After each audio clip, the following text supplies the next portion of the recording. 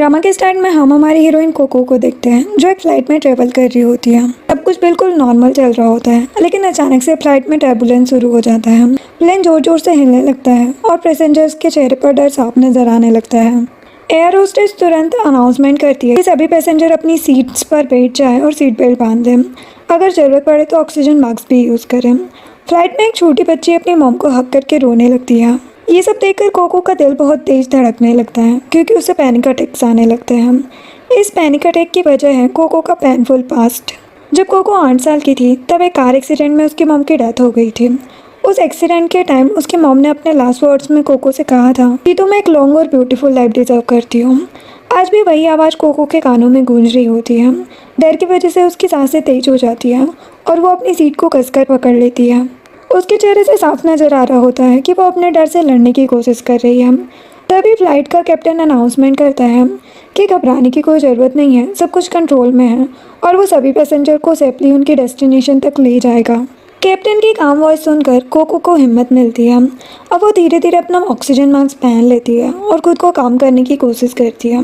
थोड़ी देर बाद situation control में आ जाती है और इसी मोमेंट के साथ हमारी स्टोरी अचानक 5 साल आगे शिफ्ट हो जाती है।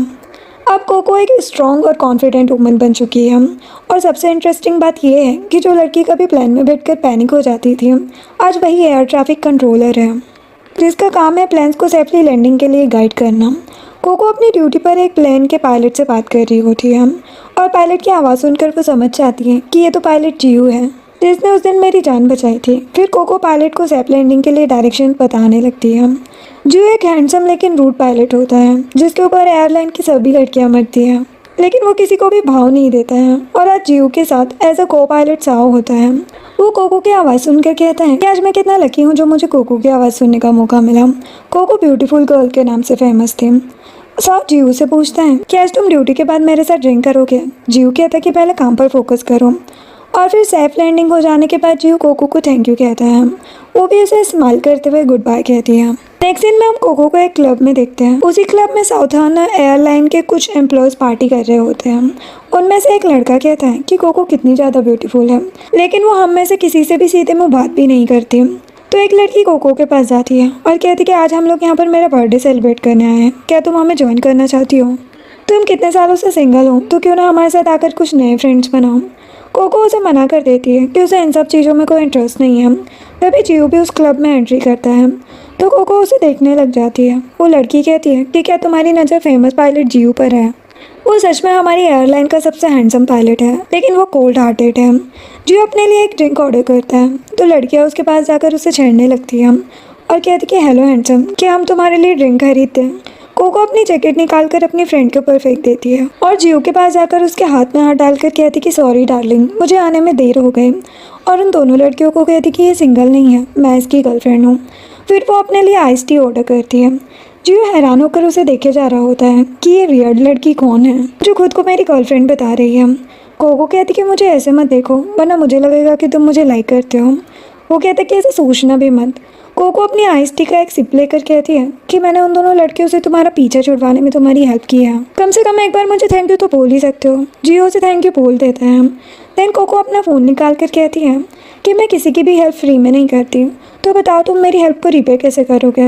अपना वीचेट शेयर करके या फिर मेरे लिए एक और ड्रिंक बाय करके। जियो कोको के लिए ड्रिंक की पेमेंट करके वहाँ से चला जाता है।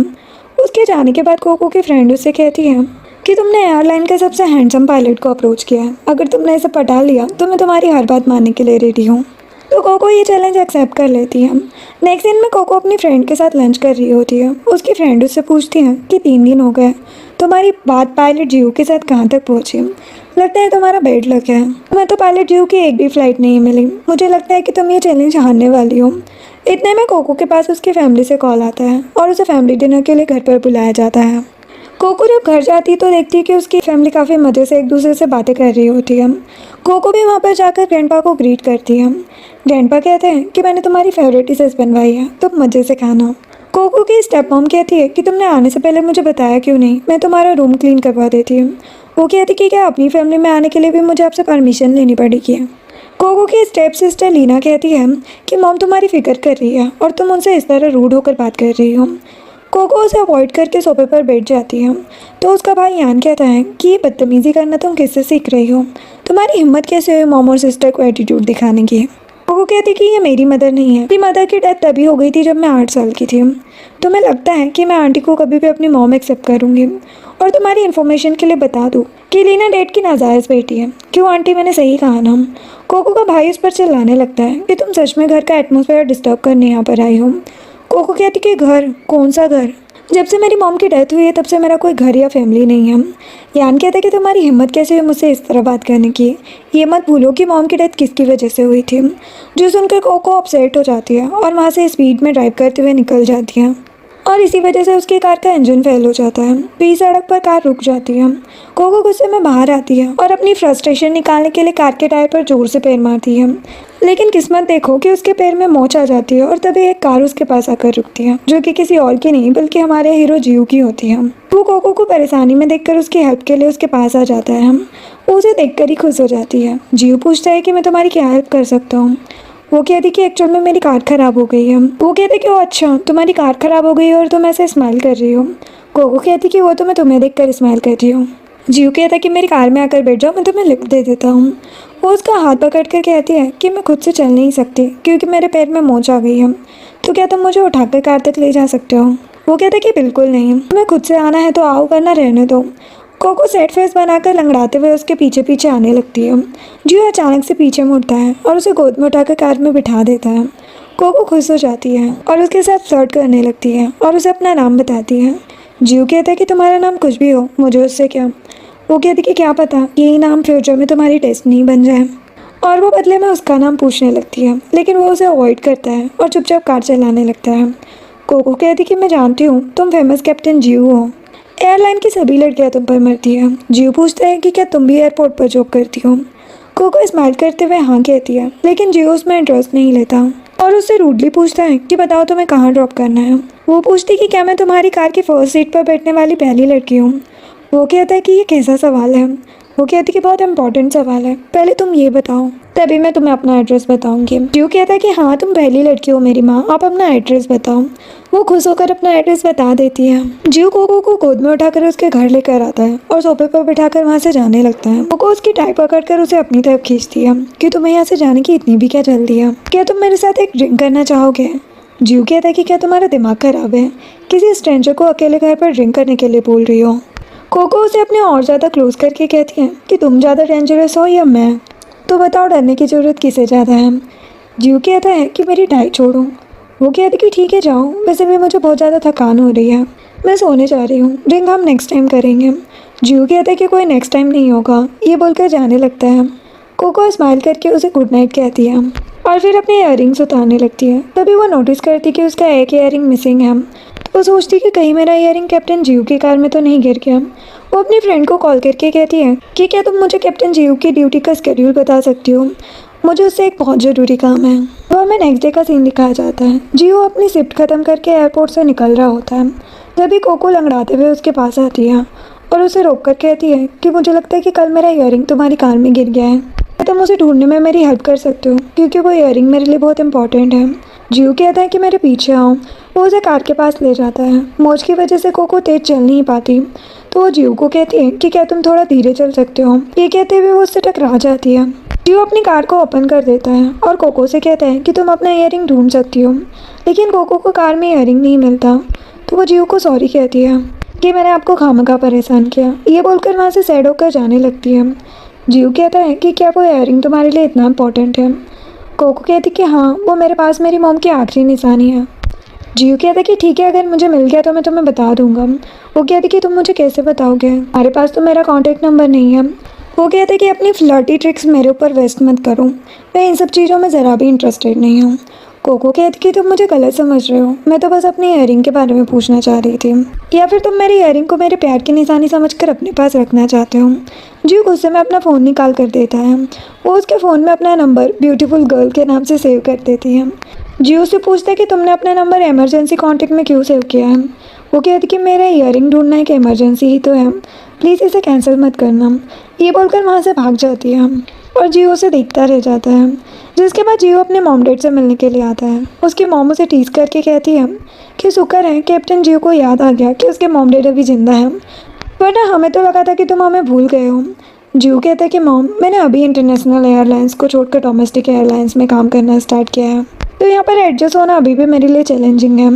उसके डैड उसे इनकरेज करते हुए कहते हैं कि तुम्हारे अंकल ने तुम्हें चीफ पायलट की पोजीशन इसलिए दी है कि तुम वो डिजर्व करते हो। हम उन दोनों की कन्वर्सेशन सुनकर गुस्सा हो जाती है कि तुम लोग हर टाइम काम काम की बातें करते रहते हो। तुम दोनों में से किसी के भी पास मुझसे बात करने की फुर्सत नहीं है। और वो जियो को कुछ फोटोग्राफ्स देकर कहती है कि इस वैकेशन तुम्हें अपने लिए एक लड़की फाइनल करनी है, जल्दी से फ़ोटो देखो तुम्हें कौन सी लड़की अच्छी लग रही है। जियो कहते कि मॉम, अभी मेरे पास इन सब चीज़ों के लिए टाइम नहीं है। मॉम गुस्से में चिल्लाने लगती है कि तुम ऑलरेडी 30 ईयर्स के हो गए हो, कि तुम हमेशा सिंगल रहना चाहते हो। जियो मॉम को अवॉइड करने के लिए कहता है कि इतना ज़्यादा बोलने के बाद आपका गला सूख गया होगा, मैं आपके लिए जल्दी से कुछ पीने के लिए लेकर आता हूँ। जैसे ही जियो उठता है तो उसके कपड़ों में से कोको का इयररिंग नीचे गिर जाता है। मॉम हैरान होकर कहती कि ये लड़कियों की इयररिंग तुम्हारे पास कहाँ से आई शैतान, तुम हमें बिना बताए किसी लड़की को डेट कर रहे हो। जियो कहता कि ऐसा कुछ नहीं है मॉम, आप कुछ ज़्यादा ही सोचने लगती हो, ये इयररिंग मेरे साथ काम करने वाली एक कलीग का है। मॉम कहती कि ओहो, तुम्हें मुझसे इतना शर्माने की ज़रूरत नहीं है, अगर वो लड़की अभी तक तुम्हारी गर्लफ्रेंड नहीं बनी है तो तुम इन रोमांटिक बुक्स को पढ़ो और उस लड़की को पटाने की कोशिश करो। मैंने इतने हैंडसम बेटे को पैदा किया है, तुम अपने हैंडसम फेस को वेस्ट मत जाने दो। जियो अपने रूम में बैठकर कोको के इयररिंग को देखकर उसके बारे में ही सोच रहा होता है। फिर वो उसे टेक्स्ट करके बता देता है कि मुझे तुम्हारी इयररिंग मिल गई है। इसे देखकर कोको बहुत ज़्यादा खुश हो जाती है और जियो को वॉइस मैसेज करके कहती है कि मैं बहुत ही खुश हूँ, तुमने मेरी इतनी बड़ी प्रॉब्लम को सॉल्व कर दिया, तो मैं ऑफिस के बाद तुम्हें पार्टी देना चाहती हूँ। अब नेक्स्ट डे ऑफिस टाइम के बाद कोको जियो से मिलने आती है और एज यूजुअल उसके साथ फ्लर्ट करना स्टार्ट कर देती है। जियो उसका इयररिंग देखकर वहाँ से जाने लगता है तो वो उसे रोकती है और कहती कि मेरी मॉम का इयररिंग ढूंढने के लिए थैंक यू, मैं तुम्हें आज डिनर पर ले जाना चाहती हूँ, लेकिन जियो से मना करके निकलने लगता है। कोको तुरंत उसके क्लोज आती है और उसकी आंखों में देखकर पूछती है, तुम हर टाइम मुझे अवॉइड क्यों करते हो, कहीं तुम्हें डर तो नहीं लग रहा कि तुम मुझे लाइक करने लगोगे। जियो कहता है कि तुम हर टाइम इतनी बकबक करती रहती हो, मुझे कोई ट्रीट की ज़रूरत नहीं है। ये बोलकर चला जाता है। कोको इरिटेट होकर कहती है कि ये बंदा कितना रूड है। इतने में कोको के पास उसके फ्रेंड का कॉल आता है, वो उसे ड्रिंक के लिए इनवाइट करती है। कोको का मूड काफ़ी अपसेट होता है, वो सोचती कि सब लड़के मुझे लाइक करते हैं, लेकिन मैं जिसे लाइक करती हूँ मुझे जरा भी भाव नहीं देता। वो अपनी फ्रेंड के साथ ड्रिंक करने के लिए हाँ बोल देती है। वही उसी क्लब में हम जियो को उसके फ्रेंड के साथ देखते हैं। उसके फ्रेंड्स भी कोको के बारे में ही बातें कर रहे होते हैं कि तुमने एयर ट्रैफिक कंट्रोलर कोको को देखा है, वो कितनी ज़्यादा ब्यूटीफुल है। वो सभी को कोको की पिक्चर्स दिखाने लगते हैं, लेकिन जब भी कोई उसे डेट के लिए पूछता है तो वो मना कर देती है। उसके बारे में सुनकर जियो को अनकंफर्टेबल फील होता है और वो गुस्से में बॉटल को टेबल पर मारता है और कहता है कि बस करो, तुम कब तक किसी और की प्रोफाइल को देखते रहोगे और उसके बारे में बातें करते रहोगे। यहाँ हम लोग एक दूसरे के साथ पार्टी करने के लिए इकट्ठा हुए हैं या फिर किसी और की प्रोफाइल को स्टॉक करने के लिए। हम लोगों के पास लड़कियों के अलावा भी बात करने के लिए और टॉपिक्स हैं। जियो के फ्रेंड सोचते हैं कि ये इतना ऑफेंड क्यों हो रहा है। जियो क्लब के बाहर स्मोक करने के लिए आता है और देखता है कि कोको अपनी बेस्ट फ्रेंड पिया के साथ क्लब में एंटर हो रही है। वो बहुत ही ज़्यादा ब्यूटीफुल लग रही है। क्लब में पिया के बॉयफ्रेंड के साथ एक रिच फैमिली का बिगड़ा हुआ लड़का मिस्टर बो होता है। कोको उसे देखकर पिया से पूछती है कि क्या तुमने इन लोगों को यहाँ बुलाया है। पिया खुद नर्वस होती है और कहती कि नहीं, शायद ये मेरे बॉयफ्रेंड के फ्रेंड से हैं। मिस्टर बो पिया के बॉयफ्रेंड से कहता है कि इस ब्यूटीफुल लड़की से इंट्रोड्यूस नहीं करवाओगे। पिया का बॉयफ्रेंड जिन कहता है कि ये मेरी गर्लफ्रेंड की बेस्ट फ्रेंड है और आज तक इसका एक भी बॉयफ्रेंड नहीं रहा। पिया कहती कि ये तुम मेरी फ्रेंड के बारे में क्या बात कर रहे हो। वो कहता है कि मिस्टर पो मेरा एक इम्पोर्टेंट क्लाइंट है, वैसे भी कोको सिंगल है, अगर उसे एक अच्छी कंपनी मिल जाए तो क्या प्रॉब्लम है। ये मौका हम सब के लिए विन विन सिचुएशन है। वो गुस्सा हो जाती है और अपने बॉयफ्रेंड को एक थप्पड़ लगा देती है कि तुम्हारी हिम्मत भी कैसे है मेरे फ्रेंड को अपने प्रॉफिट के लिए यूज करने की है। वो कोको का हाथ पकड़कर वहाँ से जाने लगती है। मिस्टर बो के सिक्योरिटी गार्ड उनका रास्ता रोक लेते हैं। मिस्टर बो कहता है कि हेलो क्यूटीज, तुम्हें इतनी भी क्या जल्दी है यहाँ से जाने की, अभी तो पार्टी शुरू हुई है। जिन पिया का हाथ पकड़ कर कहता है कि तुम कोको को बो के साथ छोड़ दो, मेरे लिए ट्रबल क्रिएट मत करो। पिया कोको से माफ़ी मांगती है कि ये सब मेरी गलती है, मुझे तुम्हें यहाँ पर लेकर ही नहीं आना चाहिए था। कोको कहती कि कोई बात नहीं, मैं यहाँ से जाने का रास्ता खुद ही निकाल लूँगी। वो मिस्टर बो से पूछती है कि मुझे यहाँ से बाहर जाने के लिए क्या करना होगा। वो उसकी ड्रिंक में एक मेडिसिन डालकर कहता है कि कुछ खास नहीं, बस इस ड्रिंक को पी लो। पिया कोको को मना करती है और कहती कि तुम्हें ड्रिंक पीने की कोई ज़रूरत नहीं है। कोको कहती कि टेंशन मत लो, मैं ऐसे स्टूपिड इंसान को खुद हैंडल कर सकती हूँ। वो ड्रिंक का ग्लास बो के फेस पर फेंक देती है। वो गुस्से में कोको का गला पकड़ लेता है। कोको उसे किक मारती है तो मिस्टर बो के सिक्योरिटी गार्ड कोको को पकड़ने लगते हैं। तभी वहाँ पर जीव कोको को प्रोटेक्ट करने के लिए आ जाता है और वो सबके सामने कहता है कि ये तुम क्या कर रहे हो, तुम्हें पता है कि कोको मेरी गर्लफ्रेंड है। पहले तो बो के गार्ड जीव को मारने वाले होते हैं, लेकिन जीव का फ्रेंड बीच में आकर कहता है कि तुम्हें पता नहीं है कि तुमने किससे पंगा लिया है। ये सैन फैमिली का यंग मास्टर है। जो सुनकर मिस्टर बो हैरान हो जाता है और सोचता है कि इसका मतलब ये वो सीक्रेट हायर है जो कई सालों से अब्रोड में रह रहा था।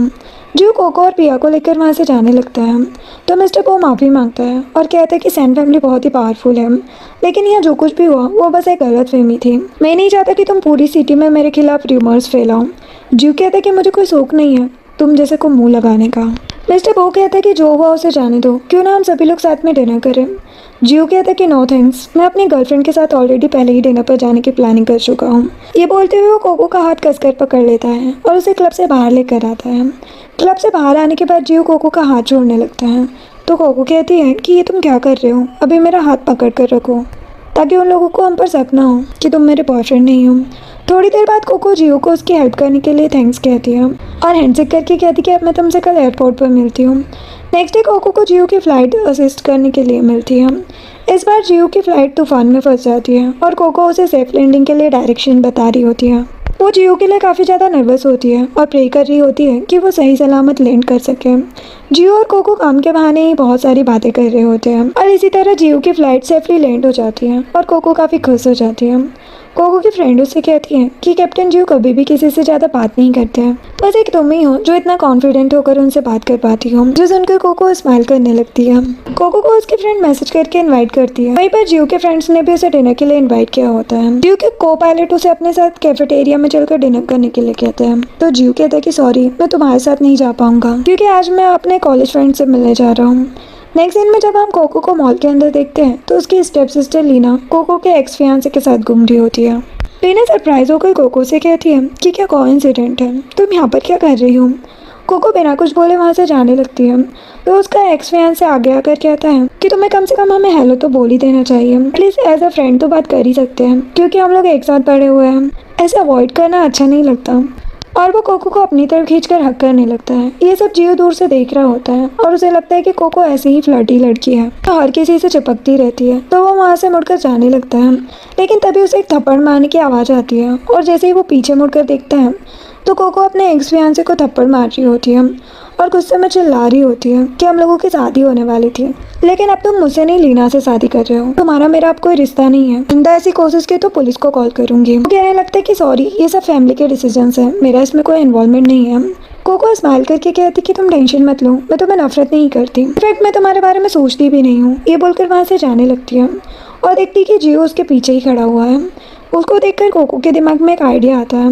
वो भागते हुए उसके पास आती है और उसका हस्बैंड बोलते हुए उसे हक कर लेती है और धीरे से कहती है कि प्लीज़ मेरी हेल्प करो।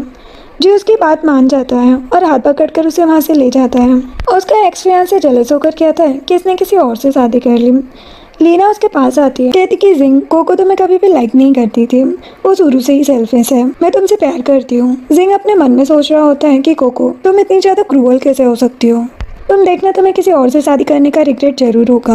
इधर कोको और जियो कुछ दूर तक एक दूसरे का हाथ पकड़कर बाहर आते हैं। कोको जियो का हाथ छोड़कर उसे थैंक यू कहती है और साथ में माफ़ी मांगती है उसे फिर से परेशान करने के लिए। जियो कहते कि कोई बात नहीं। कोको पूछती है कि तुम यहाँ पर क्या शॉपिंग के लिए आए हो। वो कहते कि नहीं, एक्चुअल में मुझे मेरे फ्रेंड्स ने यहाँ पर डिनर के लिए बुलाया है। वो कहती कि अरे वाह, मैं भी यहाँ पर डिनर के लिए आई हूँ। इतने में जियो का फ्रेंड बाहर आ जाता है और कहते कि हम लोग कब से तुम्हारा अंदर वेट कर रहे हैं। और यहाँ हमें पता चलता है कि कोको भी इसी डबल डेकर डेट के लिए आई होती है और फिर सभी साथ में जाकर डिनर करते हैं। कोको जियो को कहती है कि आज के डिनर का बिल मैं पे करूँगी। कोको और उसके फ्रेंड कुछ ज़्यादा ही ड्रिंक कर लेती है। जियो अपने फ्रेंड से कहता है कि तुम अपनी गर्लफ्रेंड को घर छोड़ दो, मैं कोको को ड्रॉप कर दूंगा। फिर कोको नशे में जियो को परेशान कर रही थी। जियो कहता है कि तुमने आज कितनी ज़्यादा पी हुई है। वो कहती कि नहीं तो, मैंने तो बस जरा सी पी है। ये बोलते हुए वो नीचे बैठ जाती है। वो कहता है कि तुम खुद से घर नहीं जा सकती, तो मुझे तुम्हें घर ड्रॉप करने जाना होगा। कोको नाटक करने लगती है कि मुझे घर नहीं जाना, मुझे अकेले घर पर रहना बिल्कुल अच्छा नहीं लगता। जी उसे जैसे तैसे करके घर लेकर आता है। कोको का डोर लॉक होता है। वो कोको से डोर का पासवर्ड पूछता है तो वो कहती कि मेरा बर्थडे ही मेरा पासवर्ड है। ये बोलकर वो बेहोश हो जाती है। कोको को समझ नहीं आता कि अब वो क्या करे। तो वो उसकी फ्रेंड को कॉल करके कोको के बर्थडे के बारे में पूछता है। तो कोको की फ्रेंड कहती कि ये तुम क्यों पूछ रहे हो, क्योंकि कोको को अपना बर्थडे सेलिब्रेट करना ज़रा भी पसंद नहीं है। क्योंकि जब वो 8 साल की थी तो एक कार एक्सीडेंट में उसके बर्थडे वाले दिन ही उसकी मॉम की डेथ हो गई थी। तब से उसने आज तक एक भी बार अपना बर्थडे सेलिब्रेट नहीं किया। जियो कहता कि ऐसी कोई बात नहीं है, बस मुझे कोको के घर के एंट्रेंस डोर को ओपन करना है। उसकी फ्रेंड उसे पासवर्ड बता देती है। जियो कोको को घर के अंदर लेकर जाता है। उसे कोको के पास के बारे में सुनकर बुरा लगता है। वो उसे बेड पर बिठाकर वहाँ से जाने लगता है।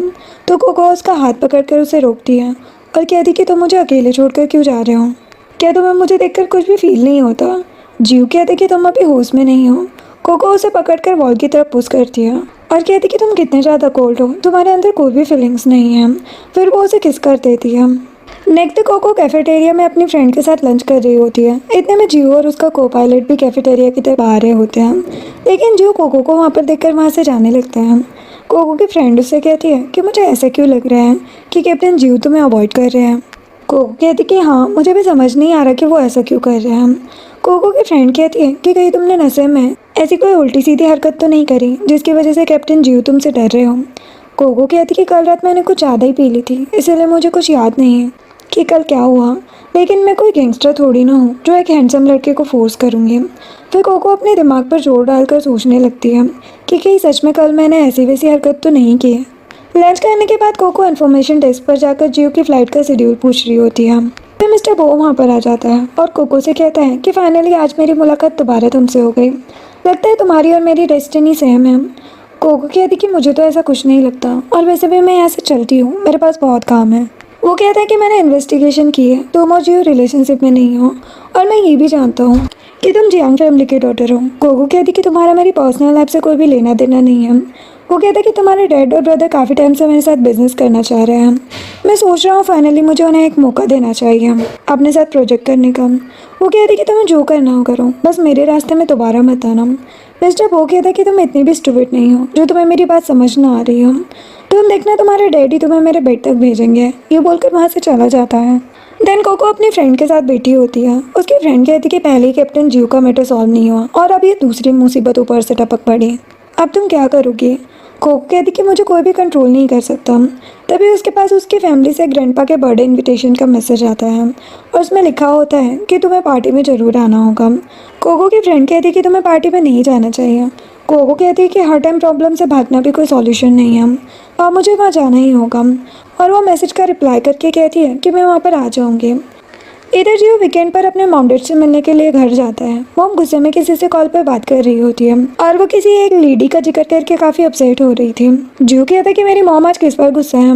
वो कहती कि आज मैं एक किटी पार्टी में गई थी जहाँ पर मेरी मुलाकात जियांग फैमिली की लेडी से हुई थी, जो एक्चुअल में एक मिस्ट्रेस है। मुझे तो उस लेडी की बातें सुनकर गुस्सा आ रहा था, वो बहुत ही एरोगेंट है। जियो कहते कि मॉम आपको फालतू लोगों पर ध्यान देने की जरूरत नहीं है, उन्हें इग्नोर करो। मॉम कहती कि मैं चाहकर भी उस लेडी को अवॉइड नहीं कर पा रही हूँ। मुझे तो उस बेचारी लड़की की फिक्र होती है जो जियांग फैमिली की रियल डॉटर है। पता नहीं सब उसे कैसे ट्रीट करते होंगे। और वो जियो को बताती है कि परसों जियांग फैमिली के ओल्ड मैन का बर्थडे है, तुम्हारे डैड जियांग फैमिली की पार्टी में जाना नहीं चाहते, तो क्या तुम मेरे साथ चलोगे।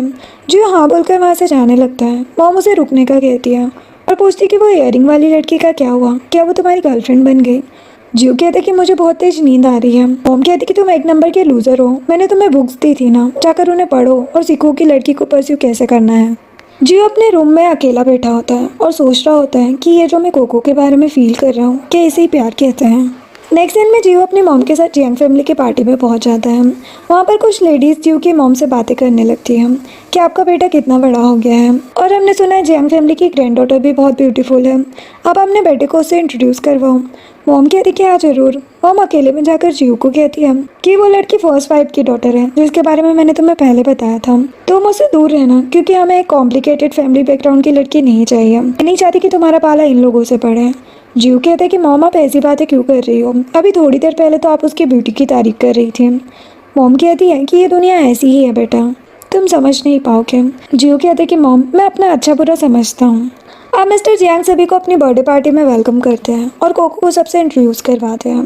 कोको बहुत ही ज़्यादा प्यारी लग रही होती है और गेस्ट को वेलकम करती है। कोको ने जियांग फैमिली की खानदानी ज्वेलरी पहनी होती है, जिसको देखकर उसकी स्टेप सिस्टर लीना अपनी मॉम से कहती है कि मॉम आपने देखा ग्रैंडपा ने मेरे साथ कितनी बड़ी पार्सलिटी की है। उन्होंने जियांग फैमिली का खानदानी नेकलेस उस कोको को दे दिया। मॉम कहती कि ऐसी कोई बात नहीं है, तुम नहीं जानती, इसके पीछे भी उनका बिजनेस मोटिव है। वो कोको की शादी फोर्सफुली मिस्टर बो से करवाने वाले हैं। लीना कहती कि क्या ग्रैंडपा इसके लिए मान गए हैं। मॉम कहती कि हाँ, इसीलिए उन्होंने एज ए कंपनसेशन उसे वो नेकलेस दिया है। पूरी सिटी में सब जानते हैं कि मिस्टर बो एक नंबर का कमीना आदमी है। कोको की शादी उससे हो जाए, फिर हमें उसे परेशान देखने में कितना मजा आएगा। बस तुम तब तक कोई भी ऐसी वैसी गलती मत करना जिससे ये बाजी उल्टी पलट जाए। जो कोको को देखकर कहता है कि इसका मतलब जिसके बारे में मॉम बात कर रही थी वो लड़की और कोई नहीं बल्कि कोको है। फिर जियो की मॉम कोको के ग्रैंडपा को बर्थडे विश करने के लिए आती है और अपने बेटे यानी कि जियो को उनसे इंट्रोड्यूस करवाती है। कोको जियो को देखकर खुश हो जाती है और कहती कि आज हम कितने दिनों बाद फिर से मिले हैं। ग्रैंडपा हैरान होकर पूछते कि क्या तुम एक दूसरे को जानते हो। कोको कहती कि हाँ ग्रैंडपा, ये हमारी एयरलाइन के यंगेस्ट चीफ पायलट है और मैं पहले भी इनसे कई बार मिल चुकी हूँ। ग्रैंडपा सोचने लगते हैं कि सैन फैमिली बहुत ही रिच और पावरफुल है। अगर हम लोगों के बीच रिश्तेदारी बन जाए तो ये फैमिली के लिए एक प्रॉफिटेबल डील हो सकती है। तो हंसते हुए जियो की मॉम से कहते हैं कि लगता है हमारे बच्चों की डेस्टिनी एक साथ लिखी हुई है। जियो की मॉम कहती कि हाँ, कोको जियांग फैमिली की एक स्ट्रॉन्ग और इंडिपेंडेंट वूमन है। कोको उन लोगों की कम्युनिकेशन को बीच में रोकते हुए कहती है कि सॉरी आंटी, मैं जियांग फैमिली की नहीं लिन फैमिली की डॉटर हूँ क्योंकि मैं अपनी मॉम का सरनेम यूज़ करती हूँ। ग्रैंडपा उनके सामने कोको को डांटते हैं कि तुम्हें गेस्ट के सामने रूड नहीं होना चाहिए। तो कोको कहती है कि सॉरी आंटी, मैं पहली बार एक ऑफिशियल इवेंट अटेंड कर रही हूँ तो मुझे नहीं पता किस तरह बिहेव करना चाहिए। अगर मैंने कुछ गलत बोला तो प्लीज़ मुझे माफ़ कर देना। और ग्रैंडपा से कहती कि आप मुझे यहाँ से चलना चाहिए, ये बोलकर चली जाती है। ग्रैंडपा स्माइल करते हुए जियो की मॉम से कहते कि आप माइंड मत करना, ये शुरू से ऐसे ही जिद्दी है। जियो की मॉम जोर जोर से हंसने लगती है। जियो कहता कि क्या हुआ। मॉम कहती कि ये लड़की मैंने जो सोचा था उससे कहीं ज़्यादा स्ट्रांग है। तो हमने देखा उसने कितने कॉन्फिडेंस के साथ अपने ग्रैंडपा को बोला कि वो जियांग फैमिली की डॉटर नहीं है। जियो कहते कि मॉम आप उसकी इतनी तारीफ क्यों कर रही हैं, अभी थोड़ी देर पहले तो आपने कहा था कि जियांग फैमिली की डॉटर से दूर रहो। मॉम कहती कि तुमने सुना नहीं, उसने बोला कि उसका लास्ट नेम लिन है। इस लड़की का कॉन्फिडेंस देखकर मुझे अपनी यंग एज की याद आ गई। वही पार्टी में जियो को पता चलता है कि कोको की फैमिली उसकी शादी मिस्टर बो से करवाने वाले हैं। जियो सोच रहा था कि वो कोको की शादी फोर्सफुली क्यों करवाना चाहते हैं।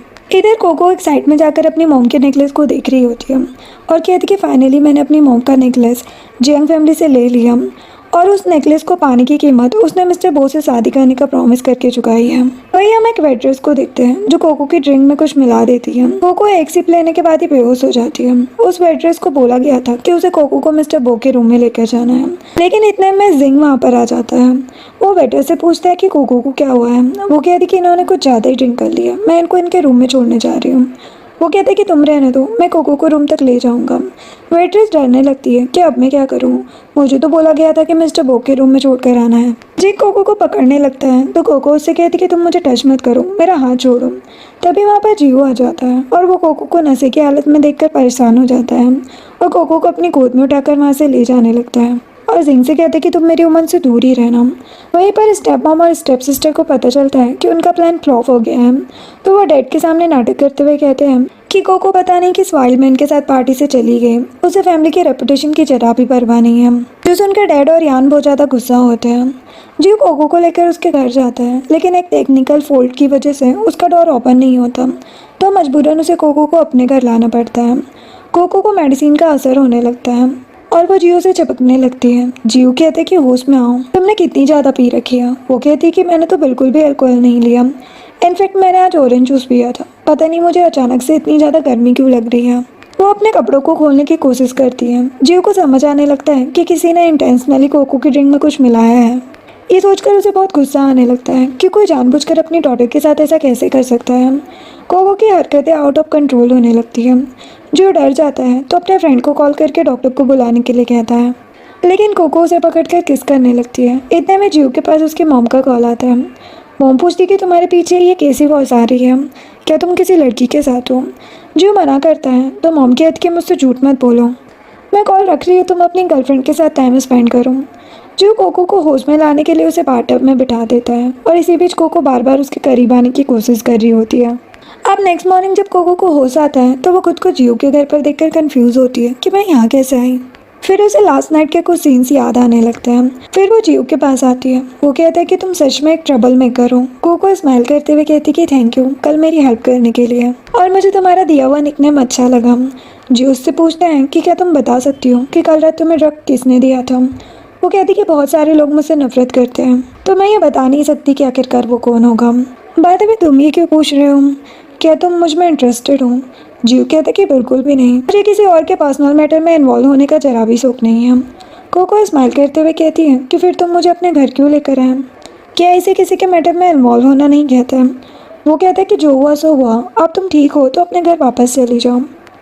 और कोको को बताते हैं कि तुम्हारे घर के डोर में कुछ टेक्निकल फॉल्ट है, टेक्नीशियन को बुलाकर उसे ठीक करा लेना। और फिर उसे जाने को कहता है। कोको कहती कि मेरे फ़ोन की बैटरी ख़त्म हो गई है और मुझे डिपार्टमेंट स्टोर से कुछ खरीदना है, क्या तुम मेरे लिए पेमेंट कर सकते हो? मैं तुम्हें बाद में रिटर्न कर दूँगी। पहले तो जियो मना करता है, लेकिन बाद में उसके साथ शॉपिंग के लिए चला जाता है। कोको जब शॉपिंग करके वापस आती है तो वो जियो से जिद करती है कि मुझे लगता है कि तुम एक अच्छे कुक हो, क्या तुम मेरे लिए खाना बना सकते हो? वो उसे मना कर रहा होता है और उन दोनों के बीच स्वीट नोकझोंक हो रही होती है। इतने में कोको देखती है कि उसके डैड उसके सामने खड़े हुए हैं। वो कोको के ऊपर चिल्लाने लगते हैं कि तुम एक सेमलेस लड़की हो। जियो कोको को सपोर्ट करने के लिए आगे आता है और उसका हाथ पकड़ कर कहता है कि कोको ने कुछ भी गलत नहीं किया है, मैं उसका बॉयफ्रेंड हूँ और हम दोनों एक दूसरे को लाइक करते हैं। जियो डैड को अपना इंट्रोडक्शन देता है। जब डैड को पता चलता है कि जियो कोई मामूली लड़का नहीं है, इनफैक्ट एक बहुत बड़ी कंपनी का सीक्रेट प्रेसिडेंट है, तो डैड के तो होश ही उड़ जाते हैं और वो तुरंत अपना एटीट्यूड चेंज कर लेते हैं और कहते हैं कि मुझे तुम्हारी रिलेशनशिप से कोई भी प्रॉब्लम नहीं है, तुम लोग साथ में क्वालिटी टाइम स्पेंड करो, मैं यहाँ से चलता हूँ। क्योंकि डैड के दिमाग में तो अपने बिजनेस को लेकर और भी अच्छे प्रोजेक्ट के आइडियाज़ आने लगते हैं और उन्हें लगता है कि सैन फैमिली के सामने मिस्टर पो की फैमिली कुछ भी नहीं है। देन घर आकर जियो कोको के लिए नूडल्स बनाता है। कोको इमोशनल हो जाती है क्योंकि उसकी मॉम के बाद किसी ने उसकी इतनी ज़्यादा केयर कभी नहीं की थी और ना ही इतने प्यार से खाना बनाया था। उसकी बातें सुनकर जियो भी इमोशनल होने लगता है। वो जियो को बताती है कि वो उसे 5 साल पहले से जानती है, जब उसने फ्लाइट एक्सीडेंट में उसकी जान बचाई थी, और बताती कि उस दिन वो चाइना छोड़कर अब्रॉड जा रही थी। जियो को उस फ्लाइट के बारे में याद आता है और वो कहता है कि अगर सिर्फ इस वजह से मुझे पसंद कर रही हूँ तो मैं ऐसे एक्सेप्ट नहीं कर सकता, क्योंकि एज अ पायलट सभी पैसेंजर्स की जान बचाना मेरा फ़र्ज़ है। कोको से बताती है कि वो उसे सिर्फ इसलिए पसंद नहीं करती, बल्कि इसलिए क्योंकि उस मुश्किल वक्त में जियो ने उसे जीने की होप दी थी, जबकि वो गिव अप कर चुकी थी। अगर उस दिन जियो उस फ्लाइट का पायलट ना होता तो वो कब की कंट्री छोड़कर जा चुकी होती। उस दिन जियो के वर्ड्स ने उसे जो मोटिवेशन दिया था, उसी की वजह से आज वो जिंदा है और इतनी स्ट्रॉन्ग बन पाई है। और तभी उसने डिसाइड किया था कि वो एयर ट्रैफिक कंट्रोलर बनेगी। फिर वो जियो का फेस होल्ड करके उससे पूछती है कि क्या तुम्हारे दिल में मेरे लिए कोई फीलिंग्स नहीं है? वो कहता है कि शायद मैं भी तुम्हें लाइक करता हूँ, लेकिन मुझे अपनी फीलिंग्स को अच्छे से समझने के लिए थोड़ा टाइम चाहिए। कोको खुश हो जाती है और कहती कि कोई प्रॉब्लम नहीं है, तुम टाइम ले सकते हो, मुझे कोई जल्दी नहीं है। जियो अपने घर आने के बाद कोको के बारे में इन्वेस्टिगेशन कर रहा होता है। उसे पता चलता है कि जब कोको का 8th बर्थडे था तब उसकी मॉम और उसका कार एक्सीडेंट हुआ था और इसी वजह से उसकी मॉम की डेथ हो गई और उसके बाद तुरंत ही उसके डैड ने किसी और वुमन से शादी कर ली।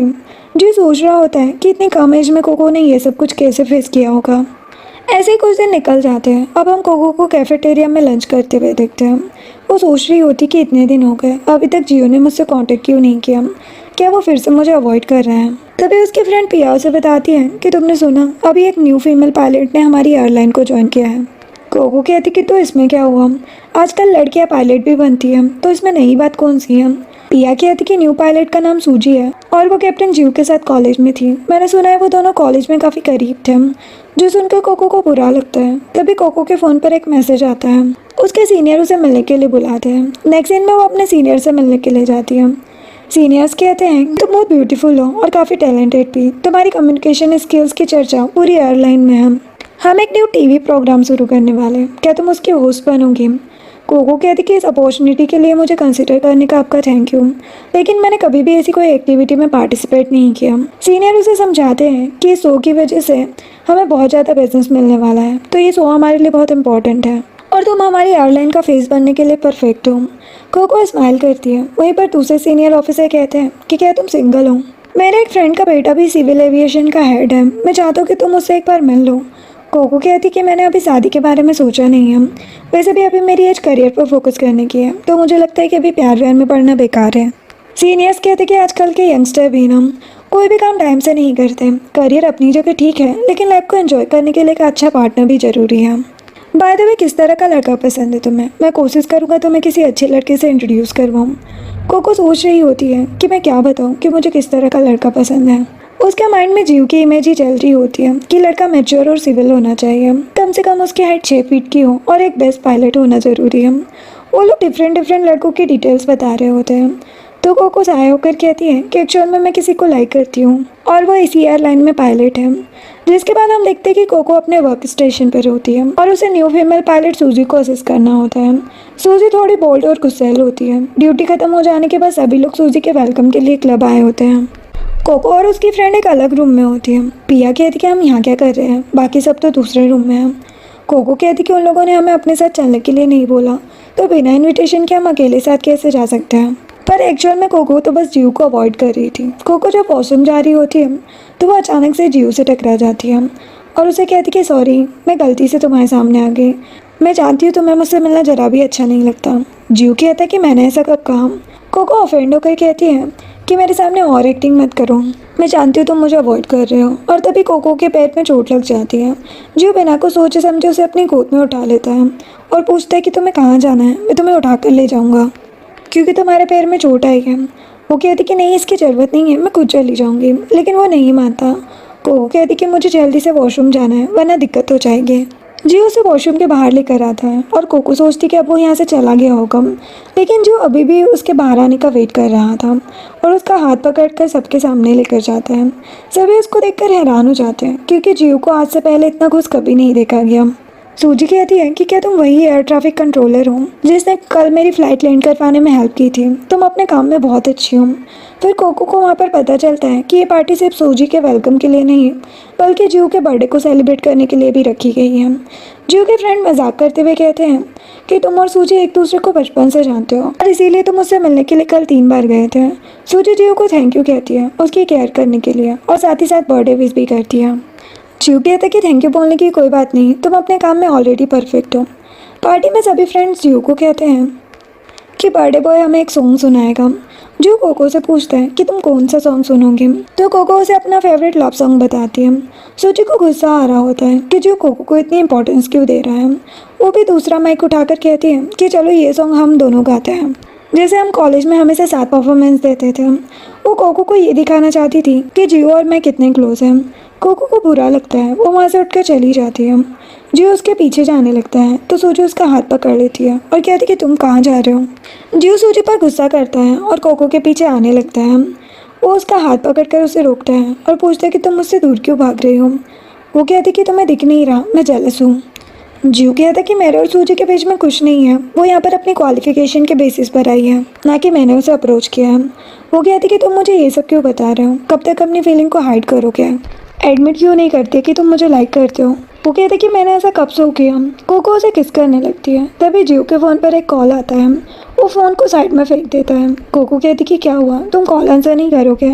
वो कहता है कि इस सिचुएशन में कोई बेवकूफ़ी कॉल उठाएगा। फिर वो भी कोको को पकड़ के किस करने लगता है। कोको को तो सांस ही नहीं आती। वो जीव को कहती है कि 1 मिनट रुको, मुझे अच्छे से सांस तो लेने दो। वो कहते हैं लगता है मेरी गर्लफ्रेंड को अच्छे से किस करना नहीं आता। कोई बात नहीं, मैं सिखा दूंगा। क्योंकि मुँह से अपने लिए गर्लफ्रेंड वर्ड सुनकर कोको काफ़ी खुश हो जाती है और वो भी उसे किस करने के लिए आगे बढ़ती है। जो उसे रोक देता है और कहता है कि मुझे तुमसे कुछ इंपॉर्टेंट बात करनी है। मुझे हुकअप नहीं, लॉन्ग लाइफ की कमिटमेंट चाहिए। अगर तुम पूरी ज़िंदगी मेरे साथ रह सको तो ही यहाँ बोलना। कोको उसका कॉलर पकड़कर अपनी तरफ खींचती है और कहती कि अब तुम मेरे बॉयफ्रेंड हो और मुझे भी तुमसे यही कमिटमेंट चाहिए। और आज तुम्हारा बर्थडे है और मेरे पास तुम्हें देने के लिए कोई भी स्पेशल गिफ्ट नहीं है। तो उसके लिप्स को टच करते हुए कहता है कि मुझे ऑलरेडी अपना गिफ्ट मिल चुका है। वो शर्माने लगती है और कहती कि मैंने सोचा नहीं था कि तुम फ्लर्टिंग में इतना एक्सपर्ट हो सकते हो। तुम्हारे साथ मुझे बहुत अच्छा फील हो रहा है। मैं हमेशा तुम्हारी बात मानूंगी, तुम्हें खुश रखूंगी। वो जीव को हक करके इस मोमेंट को एंजॉय कर रही होती है। तभी कोको के पास उसके फ्रेंड का कॉल आता है। वो कहती है कि मैं तो पिया के बारे में भूल ही गई, वो अकेले बैठ कर मेरा वेट कर रही होगी। वो पिया का कॉल उठाती है। पिया कॉल पर चिल्ला रही होती है कि क्या हुआ, तुम बाथरूम में सो गई क्या, अभी तक वापस नहीं आई। कोको स्माइल करते हुए कहती है जब मैं बाथरूम से वापस आ रही थी तो मुझे एक क्यूट लिटिल पपी मिल गया जो बहुत ज़्यादा क्यूट है। मैं उससे अपनी नज़र हटा नहीं पा रही। जियो तभी उसे पकड़ कर किस कर रहा होता है और पिया कॉल पर चिल्ला रही होती है कि तुम कहाँ हो, मैं तुम्हें लेने आती हूँ। कोको जियो को कहती कि मुझे वापस जाना होगा वरना पिया मुझे छोड़ेगी नहीं। ये बोलकर वो चली जाती है।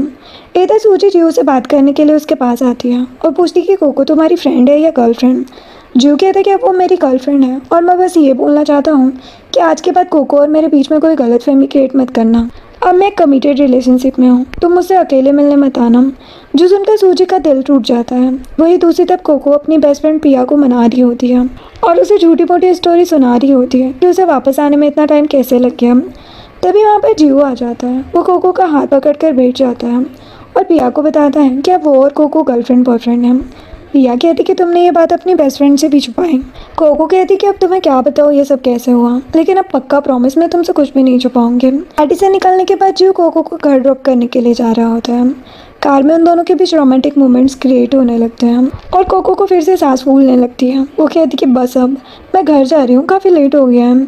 जो कोको को अपना स्केड्यूल सेंड करता है और कहता है कि हम इसके अकॉर्डिंग अपनी डेट्स प्लान कर सकते हैं। वो कहती है कि तुम तो अभी से एक अच्छे बॉयफ्रेंड बन गए हो। वो कहते कि हाँ, क्योंकि मुझे अपनी गर्लफ्रेंड से मिलने में बहुत मज़ा आ रहा है। वैसे भी मेरी गर्लफ्रेंड के पास मेरी बेसिक इन्फॉर्मेशन तो होनी ही चाहिए। अब घर आने के बाद भी जियो और कोको सारी रात एक दूसरे से लवी डवी चैट्स करते हैं। कोको बहुत ही ज़्यादा खुश होती है कि फाइनली मैंने अपने प्रिंस चार्मिंग को अपना बना लिया। नेक्स्ट मॉर्निंग कोको बहुत एक्साइटेड होती है जियो से मिलने के लिए। वो सोच रही होती है कि आज उसे कौन सी ड्रेस पहनकर उससे मिलने के लिए जाना चाहिए। तभी जियो उसके लिए ब्रेकफास्ट लेकर वहाँ आ जाता है। कोको एक रेड ड्रेस उसे दिखाकर पूछती है कि क्या मैं ये पहन लूँ। वो कहते कि ये ड्रेस बहुत अच्छी है, लेकिन मैं नहीं चाहता मेरे अलावा तुम्हें कोई और नोटिस करे, तो तुम इसके ऊपर जैकेट भी पहन लेना। कोको कहती कि तुम तो अभी से इतना पॉसेसिव हो रहे हो। वो कहते कि जिसकी गर्लफ्रेंड इतनी ज़्यादा हॉट हो उसका पॉसेसिव होना तो बनता है। अब नेक्स्ट डे कोको सूजी की फ़्लाइट को असिस्ट करती है। सूजी एयरपोर्ट आकर कोको से मिलने आती है और उससे कहती कि मैं जियो को बहुत लाइक करती हूँ और उसे पाने के लिए कई सालों से कोशिश कर रही थी, लेकिन अब तुम दोनों को एक साथ देखकर मैं गिव अप कर रही हूँ। लेकिन मुझे तुमसे जलन हो रही है कि उसने मुझे छोड़कर तुम्हें क्यों पसंद किया। कोको बताती कि मैं भी जियो को 6 साल से लाइक करती हूँ और यहाँ जॉब करने भी सिर्फ उसकी वजह से आई थी। सूजी उन दोनों के रास्ते से हटने का डिसाइड करती है और कोको से हैंडशेक करके वहाँ से चली जाती है। जिसके बाद कोको और जियो अपनी फर्स्ट लॉन्ग ड्राइव पर जा रहे होते हैं। तभी उनके सामने वाली कार का एक्सीडेंट हो जाता है। उस एक्सीडेंट को देखकर कोको को अपनी मॉम की याद आने लगती है। वो भागते हुए कार से उतरकर उन लोगों की हेल्प करती है। जियो एम्बुलेंस को कॉल करता है। कोको को कार में से एक बच्चे की रोने की आवाज़ आती है। वो जियो को कहती है कि जल्दी से जाकर बच्चे को कार से बाहर निकालो। एम्बुलेंस सही टाइम पर वहाँ पर आ जाती है। जियो कोको को पानी की बोतल देता है और उसे हक करता है। कोको कहती कि सॉरी, मेरी वजह से हमारी फर्स्ट ट्रिप बर्बाद हो गई। जियो कहता कि कोई बात नहीं, तुम्हारी हेल्प करने की वजह से इन लोगों की जान बच गई, लेकिन तुम उस टाइम बहुत ज़्यादा पैनिक हो गई थी।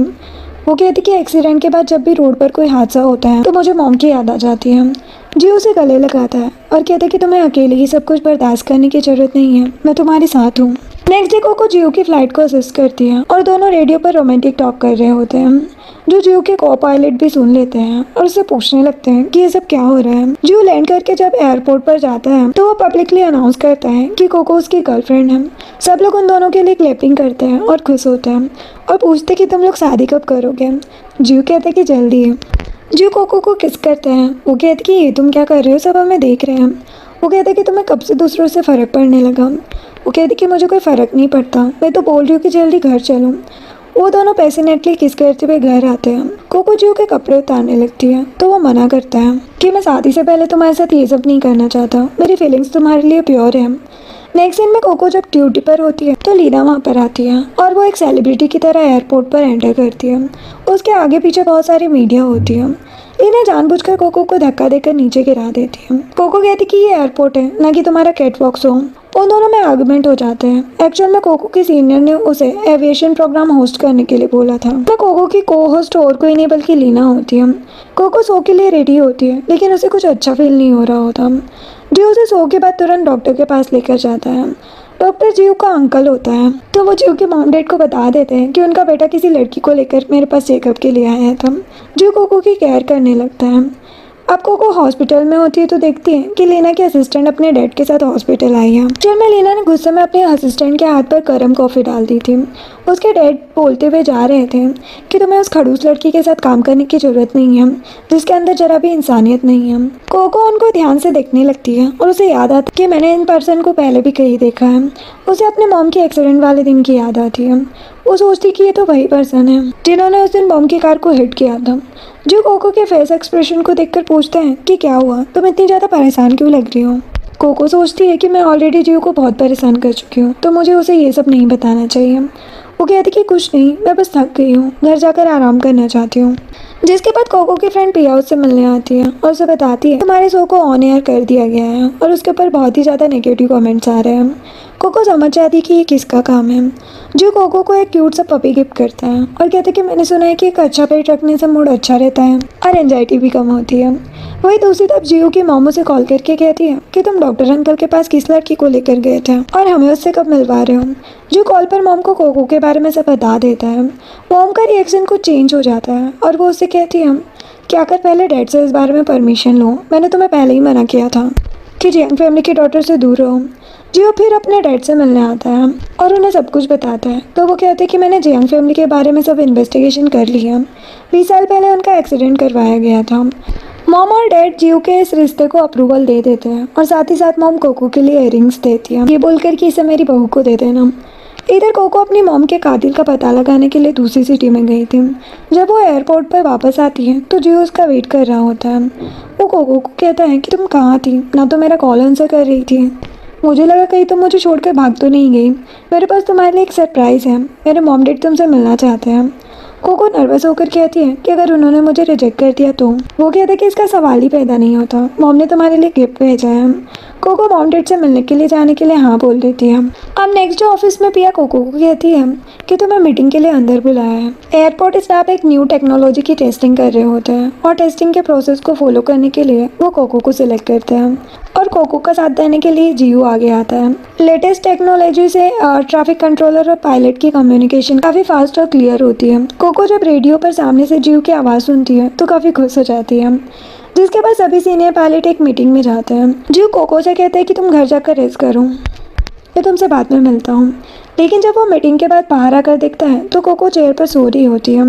वो जैकेट निकाल कर उसे कवर करता है और कहते कि मैंने तुम्हें कहा था ना कि घर चले जाना। वो कहती कि अगर मैं घर चली जाती तो तुमसे कैसे मिलती। देन दोनों साथ में कैफेटेरिया जाते हैं। वहाँ पर सभी लोग उन्हें कहने लगते हैं कि ये कितनी क्यूट कपल है। जिसके बाद कोको अपने ऑफिस में होती है तभी उसके पास मिस्टर बो आता है। वो उसे टच करते हुए कहता है कि अब तुम मेरी वुमन हो, तुम्हें लगता है कि तुम मुझसे शादी कैंसिल करके बच जाओगे, तुम देखना तुम्हारी शादी को कोई भी रोक नहीं सकता। कोको उसे थप्पड़ मार के कहती है कि यहाँ से दफ़ा हो जाओ वरना मैं पुलिस को कंप्लेन कर दूंगी। मिस्टर बो कहते हैं कि तुम्हें लगता है कि जियांग फैमिली मेरा मुकाबला कर सकती है, तुम देखना मैं तुम्हें और तुम्हारी जियांग फैमिली को बर्बाद कर दूंगा। वो कहते कि हाँ जाओ, जो कर सकते हो वो करो। कोको सोचती कि ये यहाँ पर क्यों आया था और शादी कैंसिल करने वाली बात कहाँ से आ गई। वो अपने भाई को कॉल करती है। उसका भाई कहता है कि तुम्हें मेरी याद कैसे आ गई। कोको कहती है कि मेरे पास तुमसे बात करने के लिए फालतू टाइम नहीं है, बस मुझे ये बताओ कि मिस्टर बो और मेरी वेडिंग को कैंसिल किसने किया। यान कहता है कि मेरे सामने इनोसेंट मत बनो, जियो के डैड ने ग्रैंडपा से तुम्हारी और उसकी शादी की बात की है और यही नहीं, वो हमारे साथ एक प्रोजेक्ट करने के लिए भी रेडी है। कोको कहती है कि मेरी शादी चाहे किसी से भी हो लेकिन मैं तुम्हें उसका एडवांटेज नहीं लेने दूंगी। जिसके बाद जियो कोको को एक ऑफिस पार्टी के बाद घर छोड़ता है जहाँ पर कोको से मिलने के लिए जिंग आता है और उससे कहता है कि मुझसे बहुत बड़ी गलती हो गई तुम्हें छोड़कर लीना के पास जाने की, अब मैं अपनी गलती सुधारना चाहता हूँ। ये कहते हुए वो कोको के साथ बदतमीजी करने लगता है। तभी जियो वहाँ पर आकर कोको को प्रोटेक्ट करता है और उसे मारकर वहाँ से भगा देता है। देन वो कोको को अपने साथ घर लेकर जाता है जहाँ पर एक दूसरे के साथ रोमांस करते हुए दोनों नाइट स्पेंड कर लेते हैं। नेक्स्ट मॉर्निंग कोको को जियो से नज़र मिलाने में शर्म आ रही होती है। जियो कहते कि जल्दी से ड्रेसअप हो जाओ, आज हम पूरा दिन साथ में स्पेंड करेंगे। जो कोको को एक रेस्टोरेंट लेकर आता है। कोको पूछती है कि तुम मेरी पीठ पीछे क्या कर रहे हो, मुझे पता चल गया है तुम्हारे डैड ने मेरे ग्रैंडपा से बात करके मिस्टर बो से मेरी एंगेजमेंट कैंसिल करवा दी है और उन्हें एक प्रोजेक्ट ऑफर किया है। जियो कहते कि सॉरी, मेरी तुमसे छिपाने की कोई इंटेंशन नहीं थी, बस मैं तुम्हारा मूड डिस्टर्ब नहीं करना चाहता था। वो कहती कि तुम सॉरी मत बोलो, इनफैक्ट मुझे तुम्हें सॉरी बोलना चाहिए, मेरी वजह से तुम्हारे डैड की कंपनी को जियांग ग्रुप के साथ कॉपरेशन करना पड़ रहा है। जिसके बाद लीना को पहले से ही पता था कि उसका बॉयफ्रेंड कोको से मिलने जा रहा है, तो उसने उन दोनों के कुछ सीक्रेट फोटोज़ क्लिक करवाए थे और सबके सामने अटेंशन और सिंपैथी पाने के लिए रोने धोने का नाटक करती है कि ये मेरे बॉयफ्रेंड को सिड्यूस कर रही है और उसे अकेले में मिलने बुलाती है। लेकिन कोको सबको बता देती है कि मेरे और जिंग के बीच कुछ नहीं चल रहा है, इनफैक्ट कल वही मेरे पास आया था और मुझे परेशान कर रहा था। इवन मेरे बॉयफ्रेंड ने सही टाइम पर वहाँ पर आकर मुझे प्रोटेक्ट किया था। जियो भी उसे पूरा सपोर्ट करता है। जिसके बाद लीना की असिस्टेंट चोरी चुपके कोको से मिलने आती है और उसे बताती कि लीना की मॉम ने ही कोको की मॉम का एक्सीडेंट करवाया है और उसके डैड को ब्लैकमेल किया था। वो एक्सीडेंट के एविडेंस भी देती है। इसके बाद लीना गुस्से में कोको का एक्सीडेंट करने आती है लेकिन असिस्टेंट उसे बचा लेती है। उल्टा लीना का ही एक्सीडेंट हो जाता है और उसकी डेथ हो जाती है। हॉस्पिटल आकर मॉम डैड कोको पर गुस्सा करने लगते हैं। मॉम कहती कि तुम्हारी वजह से मेरी बेटी की जान चली गई। जियो कोको को सपोर्ट करने लगता है तो डैड कहते हैं कि मैंने अपनी बेटी को खोया है। कोको उन्हें बताती कि लीना आपकी बेटी थी ही नहीं, वो मॉम और दूसरे आदमी के अफेयर के फोटोज उन्हें दिखाती है, जो जानकर डैड के और ग्रैंडपा के तो होश ही उड़ जाते हैं। इतना ही नहीं, कोको उन्हें एविडेंस भी दिखाती है कि लीना की मॉम ने ही उसके मॉम का एक्सीडेंट करवाया था, जो जानकर ग्रैंडपा की तो तबीयत ही खराब होने लग जाती है। कोको स्टेप मॉम को जेल भिजवाकर अपनी मॉम का रिवेंज ले लेती है और आज भी उसका बर्थडे होता है। यहाँ पर डैड और ग्रैंडपा कोको से माफी मांगते हैं कि इतने सालों तक उन्होंने कोको की तरफ ध्यान नहीं दिया। जिसके बाद कोको जियो के साथ होती है, तभी जियो के मॉम डैड आकर उसे कंफर्टेबल करते हैं और उसके लिए केक लाते हैं ताकि वो अपना बर्थडे सेलिब्रेट कर सके और कहते कि अब से हम तुम्हारी फैमिली हैं। यहाँ पर 20 सालों के बाद पहली बार वो अपनी न्यू फैमिली के साथ अपना बर्थडे सेलिब्रेट करती है और काफ़ी इमोशनल हो जाती है। नेक्स्ट सीन में जियो कोको को लेकर उसके मॉम की ग्रेव पर जाता है और उनसे कहता है कि मैं आपकी बेटी का हमेशा ख्याल रखूंगा। कोको के डैड और भाई भी मॉम की ग्रेव पर जाकर रो रहे होते हैं और कोको से माफ़ी मांगते हैं और ग्रैंडपा कोको को जियांग फैमिली की प्रॉपर्टी देते हैं कि तुम और तुम्हारी मॉम डिजर्व करते हैं। कोको कहती है आपने सही कहा कि ये मेरी मॉम डिजर्व करती है, लेकिन आप लोग माफ़ी बिल्कुल भी डिजर्व नहीं करते। वो उन्हें अपनी शादी में आने का भी मना कर देती है। फिर नेक्स्ट सीन कोको और जियो की वेडिंग का दिखाया जाता है, जहाँ पर वो एक दूसरे को रिंग पहनाते हैं और साथ में काफ़ी खुश होते हैं और वेडिंग के साथ इस ड्रामा की हैप्पी एंडिंग होती है। वीडियो पसंद आई हो तो लाइक एंड सब्सक्राइब करें। Thanks for watching.